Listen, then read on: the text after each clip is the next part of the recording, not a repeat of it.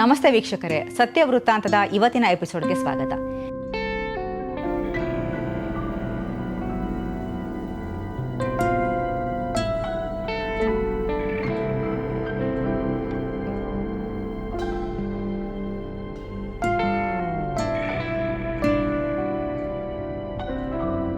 ರಾವಣಾಸುರ ಸೀತಾಮಾತೆ ಮೇಲೆ ಮೋಹ ಆಗಿ ಅವರನ್ನು ಅಪಹರಣ ಮಾಡಿದ್ದಕ್ಕೆ ರಾಮಾಯಣ ನಡೆಯಿತು.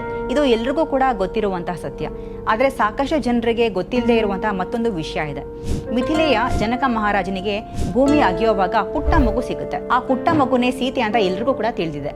ಆದರೆ ಸೀತೆ ರಾವಣನ ಮಗಳು ಅಂದರೆ ನಂಬಿಕೆ ಬರುತ್ತಾ?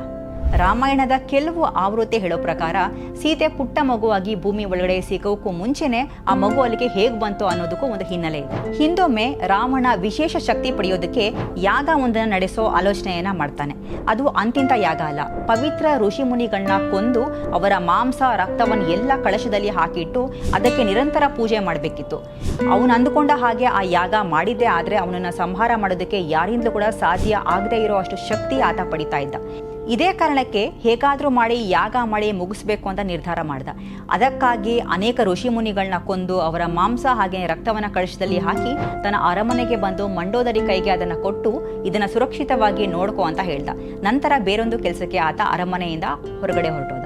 ಇದಾದ ಕೆಲವು ಸಮಯದ ನಂತರ ಮಂಡೋದರಿಗೆ ಅತಿಯಾದ ಬಾಯಾರಿಕೆ ಆಗಿ ಆಕೆಗೆ ತಿಳಿದೇನೆ ರಾವಣ ತಂದುಕೊಟ್ಟ ಕಳಶದಲ್ಲಿದ್ದಂತಹ ರಕ್ತವನ್ನ ಕುಡಿತಾಳೆ. ಋಷಿಮುನಿಗಳ ರಕ್ತಕ್ಕೆ ಅದೆಷ್ಟು ಶಕ್ತಿ ಇರುತ್ತೆ ಅಂದ್ರೆ ಮಂಡೋದರಿ ಅದನ್ನ ಕುಡಿದು ಸ್ವಲ್ಪ ಹೊತ್ತಿಗೆ ಗರ್ಭವತಿ ಆಗ್ತಾಳೆ.